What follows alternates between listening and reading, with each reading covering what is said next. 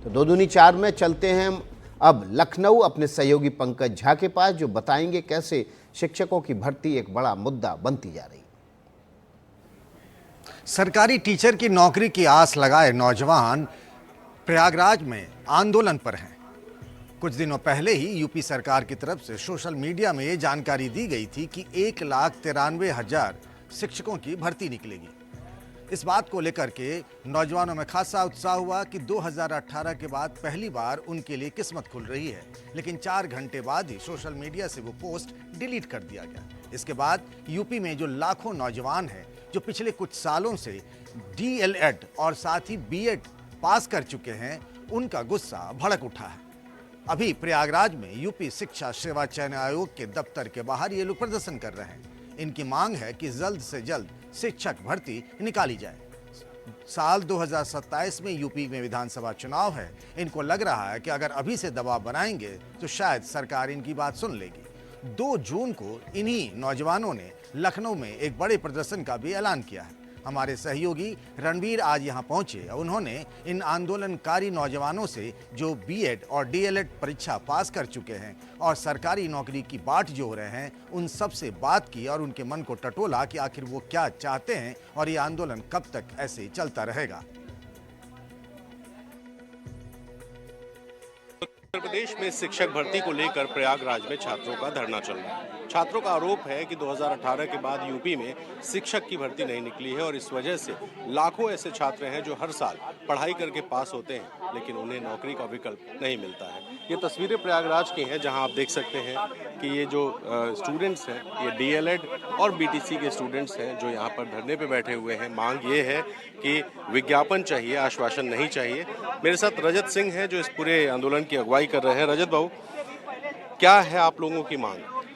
Sir, नई प्राथमिक शिक्षक भर्ती को लेकर ये प्रोटेस्ट किया जा रहा है क्योंकि ये एक बहुत चर्चित मुद्दा है, क्योंकि ये 7 वर्षों से केवल आंदोलन ही चल रहा है और इस पर केवल प्रदेश सरकार केवल भ्रामक और खबरें फैलाती है। जैसे इससे पूर्व 2022 में जो तत्कालीन शिक्षा मंत्री थे, उन्होंने भी जब हम सब ने प्रोटेस्ट किया था तो लिखित आदेश दिया था हम 17,000 भर्ती पे विज्ञापन जारी करेंगे। जब उसके बावजूद भी उन्होंने विज्ञापन नहीं दिया, फिर उसके बाद हम सब ने विधानसभा में भी इस मुद्दे को उठवाया, लोकसभा में भी उठवाया। आज 7 वर्ष हो गया सर। 7 वर्ष जो प्रयागराज का छात्र है, ये जो छात्र हैं दर-दर की ठोकर खा रहे हैं। महिलाएं भी इनसे बात करते हैं। मैम, आपने कौन सा कोर्स किया? सर, मेरा DLED है। कब किया था कंप्लीट? सर, मेरा 21 बजकर 24 में कंप्लीट हुआ था। सर, सेमेस्टर पेपर लेट होने की वजह से। सर, वो भी PNP की जिम्मेदारी के ऊपर। क्या नाम है आपका? सर, मेरा प्रीति नाम है। आपकी क्या डिमांड? सर, मेरी डिमांड है सर कि शिक्षक भर्ती का विज्ञापन जारी कर दे सर हम लोगों को। सर, हम लोगों के लिए शिक्षक भर्ती का विज्ञापन जारी करें सर। हम लोग इतने साल से सर, मेरा तो मान लीजिए 21 में हुआ है, लेकिन 7 साल से वैकेंसी नहीं आई है सर।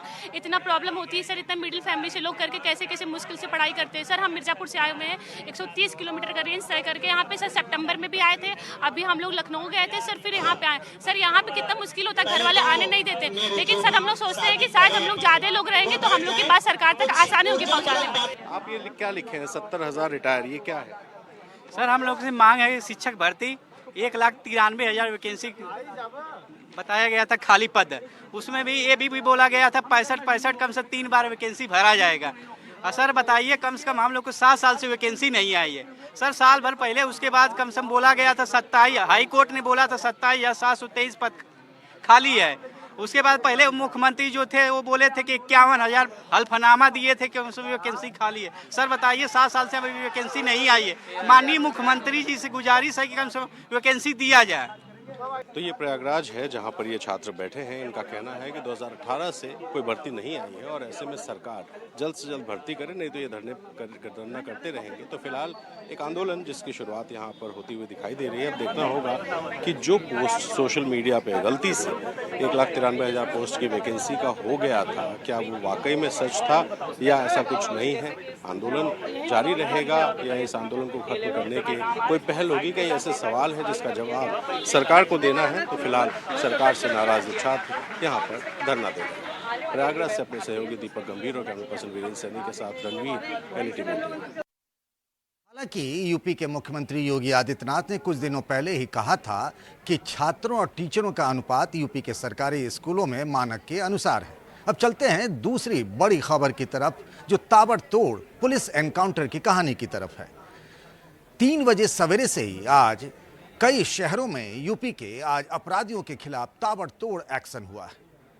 अगर अपराध करोगे तो फिर गोली खाओगे।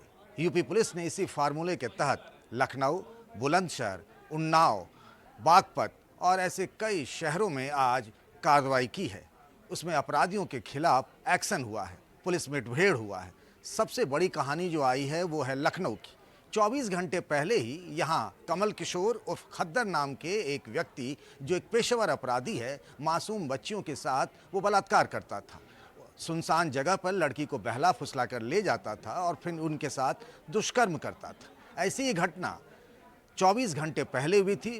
पुलिस ने उसे पकड़ा, वो भागने की कोशिश की, उसने फायरिंग भी करने की कोशिश की देसी तमंचे से, और इसी में पुलिस मुठभेड़ हुआ और घायल अवस्था में उसे पकड़ लिया गया। इसी तरीके से बुलंदशहर में वहाँ भी रविंद्र नाम के एक व्यक्ति ने 4 साल की एक मासूम बच्ची के साथ रेप किया। वो परिवार का ही व्यक्ति था और उसके बाद वो छुपकर भाग रहा था। पुलिस ने उसे भी आज पकड़ा। वो भागने की कोशिश की, उसके पास भी देसी कट्टा था और उसने भी जवाबी फायरिंग की और इस तरह से पुलिस मुठभेड़ में वो घायल हो गया। उन्नाव में भी इसी तरीके की घटना हुई है। बागपत में भी पुलिस मुठभेड़ हुआ है। यही नहीं, आपने देखा होगा कि कैसे गाजियाबाद की, नोएडा की पुलिस गाजियाबाद में एक अपराधी को पकड़ने गई थी, जिसमें पुलिस पर पथराव और फायरिंग की घटना हुई थी और उसमें एक पुलिस वाला शहीद हो गया था। उस मामले में भी अधिकतर आरोपियों की गिरफ्तारी हो गई।